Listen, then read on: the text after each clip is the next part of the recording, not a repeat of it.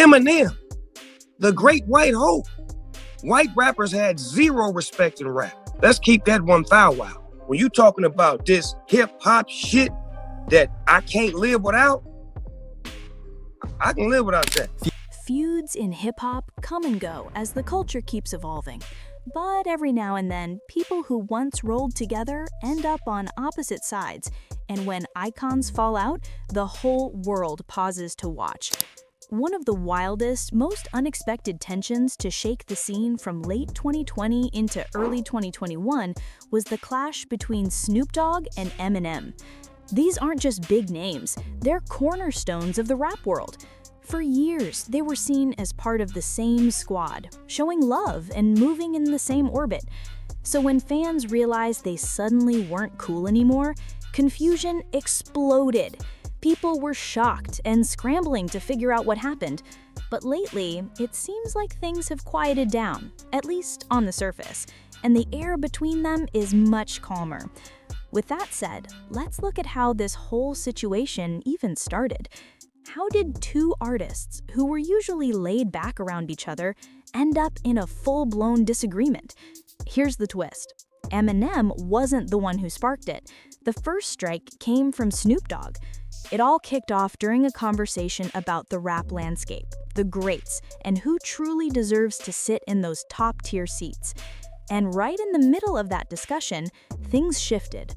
Snoop has been in the game for decades, so he's packed with strong opinions about who really earns legendary status and how history should frame them.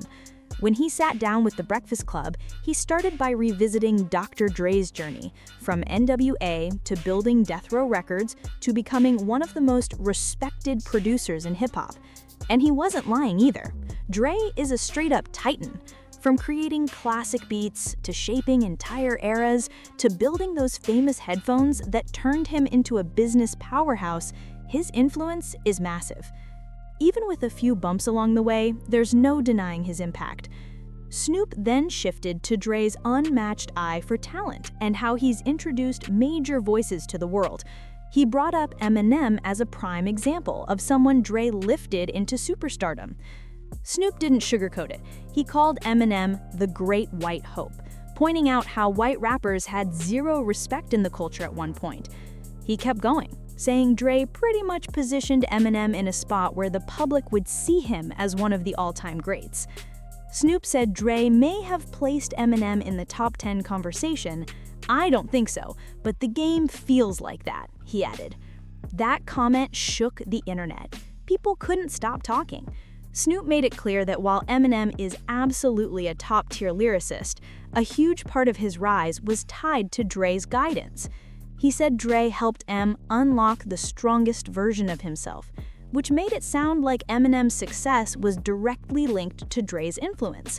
And on the surface, that hit like a heavy diss, especially since Eminem has dropped plenty of massive albums and chart toppers without Dre's involvement. What did Snoop do that made you put this line in this song? Well, a couple of months ago, he was doing an interview with the Breakfast Club. Somehow my name got brought up, and he was saying things about, I'm not in his top 10, and everything he said, by the way, was fine, like up to a point.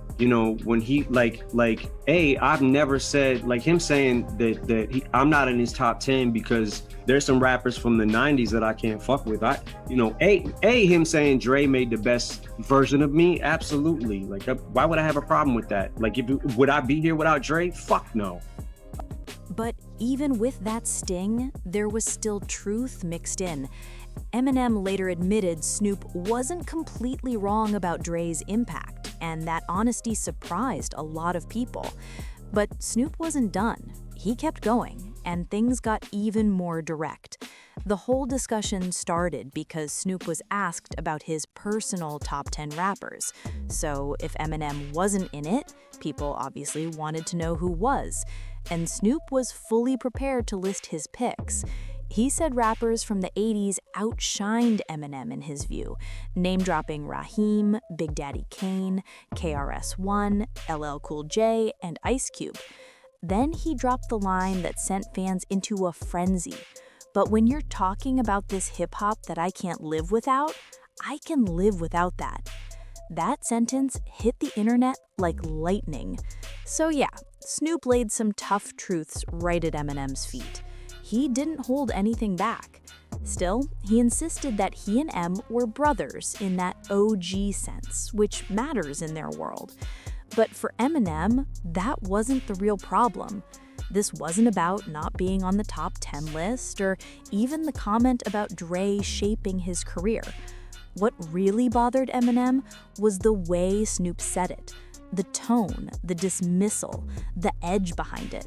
Opinion, so how could I be mad at that? I wasn't mad about the opinion. It was after that. It was that, that the very last statement was like, oh, what the fuck?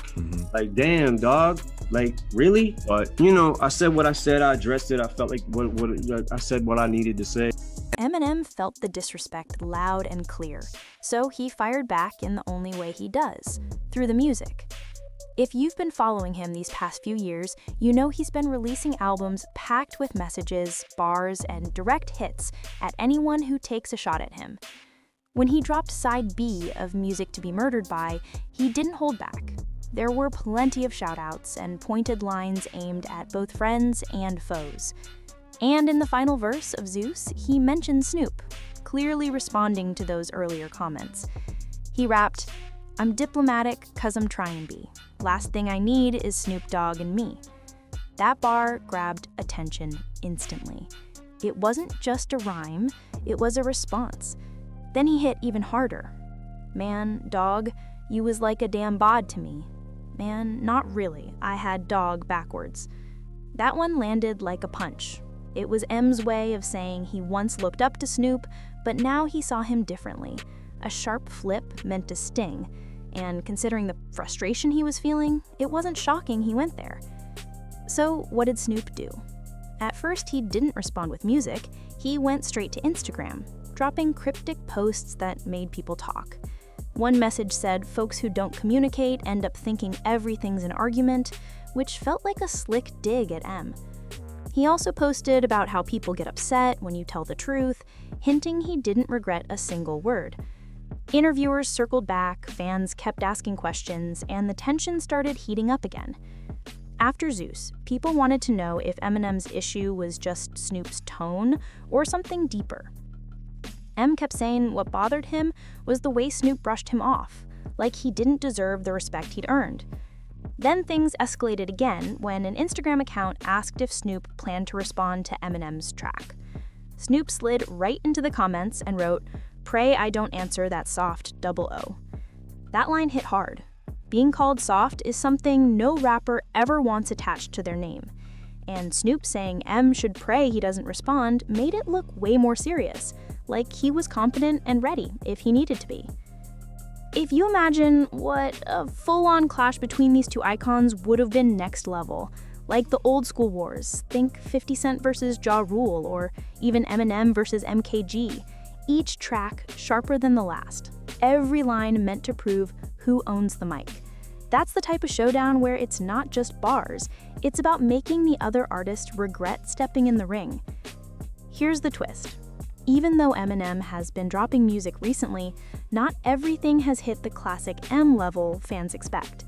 Side B flashed that old school Slim with tough verses and sharp shots, but some tracks left listeners feeling like it didn't fully land. Still, that didn't automatically put Snoop in the driver's seat. Just because M wasn't at peak form didn't mean Snoop was guaranteed to dominate. This matchup would have been unpredictable, wild, and intense if it ever went full battle. People forget Snoop hasn't been locked into music like that lately. He's been heavy in Hollywood, hosting shows, making appearances, and even running Go Big Show. So while he's always down to trade slick comments with Slim Shady online, stepping into a full music battle might not be his focus right now. Social media jabs, sure, but the real heavy hitters, neither of them wanted to take it that far. Luckily, the storm seems to have passed. Eminem's new releases finally gave fans the closure they needed. The two rap legends officially buried the tension. Months after the public friction, M used the Killer remix with Jack Harlow and Cordae to reveal they had talked everything out behind the scenes. Eminem confirmed the energy is all good now, rapping, "Just called Snoop and I talked to him. We all cool. Dre, me, and the dog good, and Doc, we got you. That line hit hard, showing the feud wasn't just fading, it was handled privately, like pros. Fans were relieved to see the two icons back on solid ground. Eminem wrapped it up, and Snoop backed it fully by reposting the track on his Instagram stories, co-signing the piece. Snoop even confirmed he's locked in for the next Super Bowl halftime show, a lineup that's basically a rap Avengers team, with Dre, Kendrick, 50 Cent, and Eminem all on one stage. Seeing that squad together would be historic. The real highlight? The squashed beef. Eminem chose music, their original battleground, to close the gap. These are veterans who understand the culture, loyalty, and respect. Behind the scenes, there's a tug of war over the direction of rap. On one side, OGs fight to keep lyrical rap thriving, bars, storytelling, skill. On the other, new waves push trends and vibes, sometimes with simpler lyrics. Snoop and Eminem staying united matters because they carry history and influence. Right now, the rap world needs that strength. Both Snoop and Slim Shady have made it clear they're not rocking with mumble-style rap the way it's often presented today.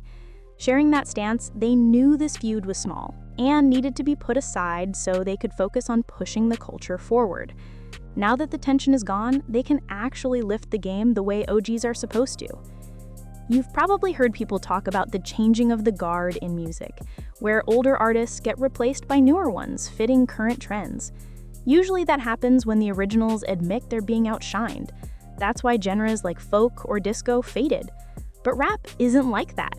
The culture expands and evolves, creating new lanes without erasing what came before. OGs like Snoop and Eminem still hold major weight. Their style, history, and influence continue to matter. At the end of the day, this whole saga reminded the culture of one thing. Even giants stumble, but real legends rise back up, together. Hip-hop moves forward because its pillars stay solid, not by tearing each other down. If you're here for stories that peel back the curtain, expose the truth, and dive deep into the real energy of the culture, you're in the right place. Don't forget to like, share, comment, and subscribe to the Mic Trip channel, because the next story, it's gonna shake the room even harder.